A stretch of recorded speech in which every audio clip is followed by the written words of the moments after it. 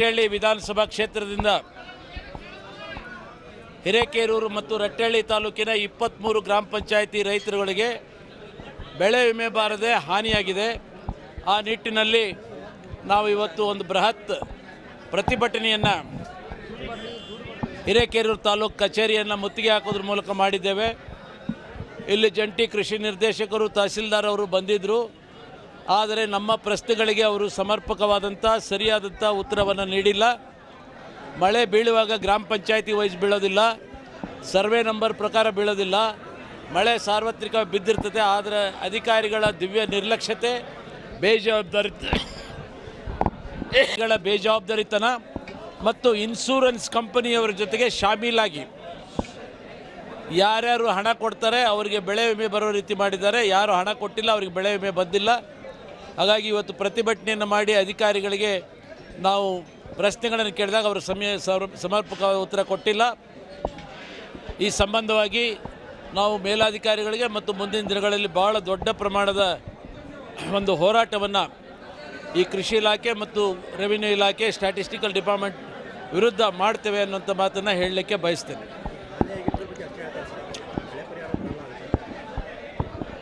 ಅಧಿಕಾರಿಗಳಿಗೆ ಯಾವುದೂ ಗೊತ್ತಿಲ್ಲ. ಬೆಳೆ ಹಾನಿಯಾಗಿದೆ ಅಂತ ಬೆಳೆ ಹಾನಿ ಪರಿಹಾರ ಕೊಟ್ಟಿದ್ದಾರೆ. ಬೆಳೆ ಹಾನಿ ಪರಿಹಾರ ಕೊಟ್ಟ ಮೇಲೆ ಅದು ಬೆಳೆ ಹಾನಿಯಾಗಿದೆ ಅಂತ ಅರ್ಥ. ಅದಕ್ಕೆ ಬೆಳೆ ವಿಮೆ ಬಂದಿಲ್ಲ ಅಂದರೆ ಅಧಿಕಾರಿಗಳ ಬೇಜವಾಬ್ದಾರಿತನ.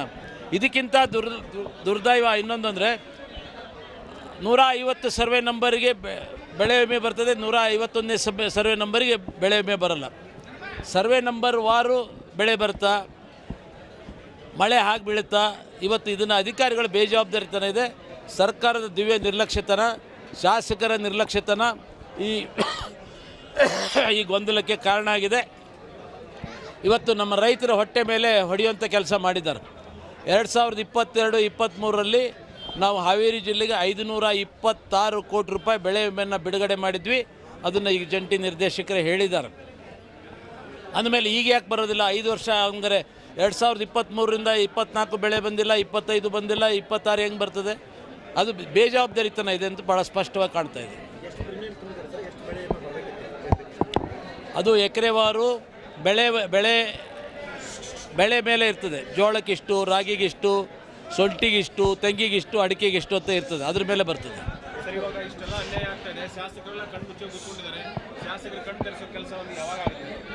ಈಗ ಇದು ಮೊದಲನೇ ಹಂತ ನಮ್ಮದು ಪ್ರಾರಂಭ ಮಾಡಿದ್ದೇವೆ. ಶಾಸಕರ ಕಣ್ಣಿಗಿಂತ ಸರ್ಕಾರದ ಕಣ್ಣನ್ನು ತೆಗೆಸೋದು ಭಾಳ ಮುಖ್ಯ.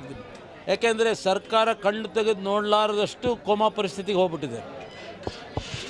ಇವತ್ತು ಸಂಪೂರ್ಣವಾಗಿ ಅಧಿಕಾರದ ಕಚ್ಚಾಟದ ಗದ್ದಿಗೆ ಕಚ್ಚಾಟಕ್ಕಾಗಿ ಇಡೀ ಕರ್ನಾಟಕ ರಾಜ್ಯದ ಆಡಳಿತವನ್ನು ಸಾಯಿಸಿದ್ದಾರೆ. ಅದರ ಮೇಲೆ ಸವಾರಿ ಮಾಡ್ತಾ ಇದ್ದಾರೆ. ಇವತ್ತು ಆಡಳಿತ ಸತ್ರು ಕೂಡ ತಮ್ಮ ಅಧಿಕಾರ ಬರಬೇಕು ಅನ್ನೋ ನಿಟ್ಟಿನಲ್ಲಿ ಅವರು ಹೋರಾಟ ಮಾಡ್ತಾ ಇದ್ದಾರೆ. ಆಡಳಿತ ಸತ್ತು ಇವತ್ತು ರೈತರು ಕಂಗಾಲಾಗಿದ್ದಾರೆ. ಕುಡಿಯೋಕ್ಕೆ ನೀರಿಲ್ಲ. ಇವತ್ತು ಬೆಳೆ ವಿಮೆ ಬಂದಿಲ್ಲ, ಬೆಳೆ ಹಾನಿ ಬಂದಿಲ್ಲ, ಇವತ್ತು ಕೆರೆಗಳಿಗೆ ನೀರು ಬರ್ತಾ ಇಲ್ಲ. ಇದೆಲ್ಲ ಸರ್ಕಾರದ ದಿವ್ಯ ನಿರ್ಲಕ್ಷ್ಯ ಮತ್ತು ಶಾಸಕರ ದಿವ್ಯ ನಿರ್ಲಕ್ಷ್ಯ.